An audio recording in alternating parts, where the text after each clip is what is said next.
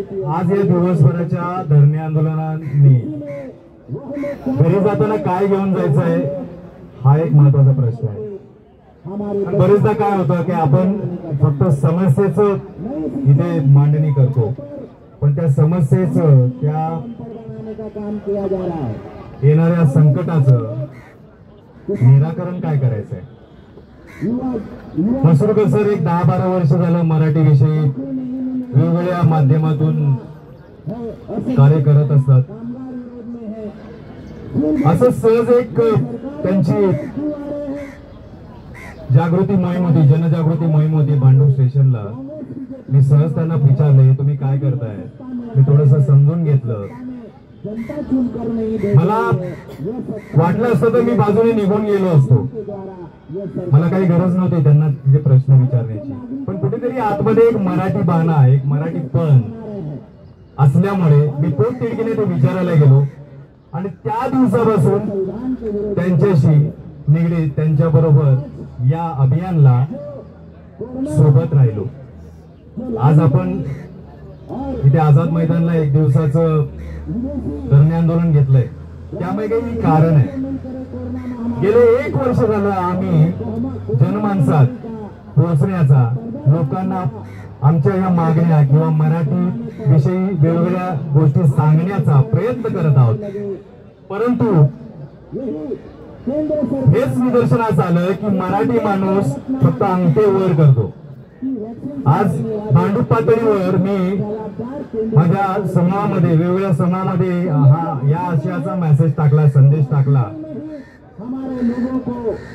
2% ही प्रतिक्रिया येत नाही, मोजून 2%। नक्की चुकतंय कुठे? आमच्याकडे कुठे काही कमीपणा आहे का? आम्ही राजकीय झालोय का? आम्ही प्रश्न मांडायला चुकतोय का? आम्ही काही अपेक्षा करतोय का? आम्ही काही पैशाची मागणी तुमच्याकडे केली आहे का? आम्ही फक्त काय मागतोय? तुमच्या आयुष्यातला एक थोडासा वेळ तुमच्याकडे नाहीये, मराठीसाठी नाहीये। आज 1 दिवसाच्या या धरणे आंदोलनामध्ये जे तुम्ही आलात, पोट तिडकी म्हणून आलात, जे नाही आलेत हरकत नाही, आपलेच आहेत ते, आज ना उद्या येतील। मोस्टली काय होतं, सहसा साहजिक आपण एखादा समूह बनवल्यानंतर, व्हॉट्सअप समूह बनवल्यानंतर काही सदस्य काही विचार न करता लगेच बाहेर पडतात। त्या समूहाचा आशयही न वाचता, न लक्षात घेता, न समजता बाहेर पडतात। हे का झालंय? कारण त्याला कारणीभूत ही आपली आताची ही जी जनरेशन आहे, आताचं जे माध्यम आहे सोशल मीडिया वगैरे, इथे जस्ट टाइम पास आहे। फक्त तुमचं मनोरंजनसाठी तुम्ही तो व्हॉट्सअप किंवा फेसबुक किंवा जे काय असेल ते वापरता। तुम्ही फक्त सेकंडवर फक्त त्या रील बघण्यामध्ये मशगूल असता, पण एखादा समाजोपयोगी किंवा एखादा तुमच्या हितचिंतकाचा, एखादा तुमच्या भविष्याचा जर एखादा प्रश्न जर कोण मांडत असेल तर त्या भविष्याच्या प्रश्नाकडे तुम्हाला बघायला, त्यांच्याबरोबर यायला, त्यांच्याशी बोलायला वेळ नाहीये।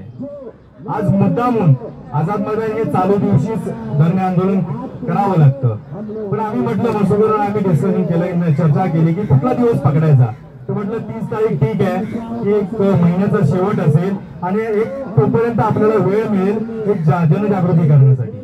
गुरुवार हा चालू दिवस आहे, मान्य आहे, पण 1 दिवस तुम्ही मराठीसाठी, 1 दिवस तुम्ही मातीसाठी स्वतःच्या 1 दिवस तुम्ही जर रजा काढून, वेळ काढून येऊ शकत नसाल तर तुम्ही या महाराष्ट्रात, या मुंबईमध्ये मराठी म्हणून राहण्याचे लायक नाही आहात।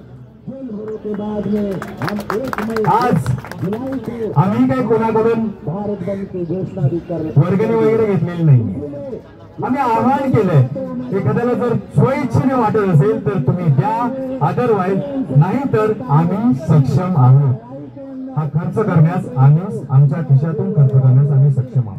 पण विषय असा आहे की बऱ्याच बांधवांनी सरळ रस्ते आपल्याला मदत केली। सांगायची गोष्ट म्हणजे एक आपण पुस्तिका छापलेली आहे, यानंतर आपण त्या विषयाला येणारच आहोत। आज धरणे आंदोलनानंतर उद्यापासून आम्ही प्रत्येक व्यक्तीची मराठीमध्ये जे लेखक असतील किंवा कोणी चांगले चांगले व्यक्तिमत्व असतील, साहित्यिक असतील, यांच्या गाठीभेटी करणार आहोत आणि एक पुस्तिका आम्ही छापलेली आहे. 16 पानाची पुस्तिका आहे, रंगीत. विषय असा आहे की आमच्या समूहामध्ये एक शाळेचे संचालक आहेत, त्यांनी ती 1000 प्रती विनामूल्य छापून दिल्या, विनामूल्य. अशाच प्रकारे बऱ्याच जणांनी आम्हाला सदस्य मदत केलेली आहे.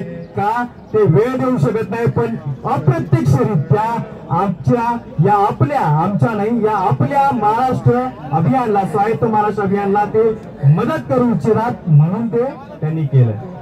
माझी एवढीच विनंती आहे, ज्यांच्याकडे वेळ आहे त्यांनी तो वेळ द्यावा, ज्यांच्याकडे डोकं आहे त्यांनी तो डोकं द्यावं, ज्यांच्याकडे काहीतरी विजन आहे त्यांनी त्या विजन द्यावे, आमच्याशी चर्चा कराव्या, जोडले जा. प्रत्येक व्यक्ती ही स्पेशल आहे, प्रत्येक मराठी माणूस स्पेशल आहे. शिवरायांचा इतिहास हेच सांगतो, शिवरायांचे मावळे हेच सांगतात की प्रत्येक मराठी माणूस हा स्पेशल आहे, एक वेगळा काहीतरी त्यांच्यामध्ये दडलेलं असतं. तर माझं एक आव्हान असेल प्रत्येक मराठी माणसाला इथे जमलेल्या आणि लाईव्ह मध्ये जर बघत असाल किंवा माझा हा व्हिडिओ जर कोणी ऐकत असाल, तर प्रत्येक मराठी माणसाला, महाराष्ट्रातल्या तमाम मराठी माणसाला आव्हान आहे, तुमच्याकडे जे काय असेल, मग तुमच्याकडे वेळ असेल किंवा तुमच्याकडे काही थोडंसं युक्ती असतील, तुमच्याकडे काही आम्हाला सुचवायचं काहीतरी असेल, तुम्ही कुठल्या कुठल्या गोष्टीत पारंगत असाल आमच्या या मागण्यांना धरून, तर तुम्ही आम्हाला संपर्क करा. महाराष्ट्रभर हे आपण धरणे आंदोलनानंतर हे अभियान घेऊन जाणार आहे. तळागाळात सर्वसामान्यांपैकी छोट्यातल्या छोट्या घटकापर्यंत आपल्याला हे अभियान घेऊन जायचं आहे. तर तुम्ही सर्व याचे साक्षीदार व्हायचं आहे. आणि एवढंच बोलून मी शिवरायांच्या स्मरणातून हे 2 शब्द संपवतो आणि यापुढे आपले चालू केलेला आहे. तर या सर्वांवरती प्रशासन कोणत्याही पद्धतीने लक्ष देत नाही. प्रोफेसर ॲडव्होकेट बालुशमानन बोलतील. कोणत्याही प्रकारचं काही घेणं नाही असंच यामध्ये दिसून येतं आणि त्यामुळे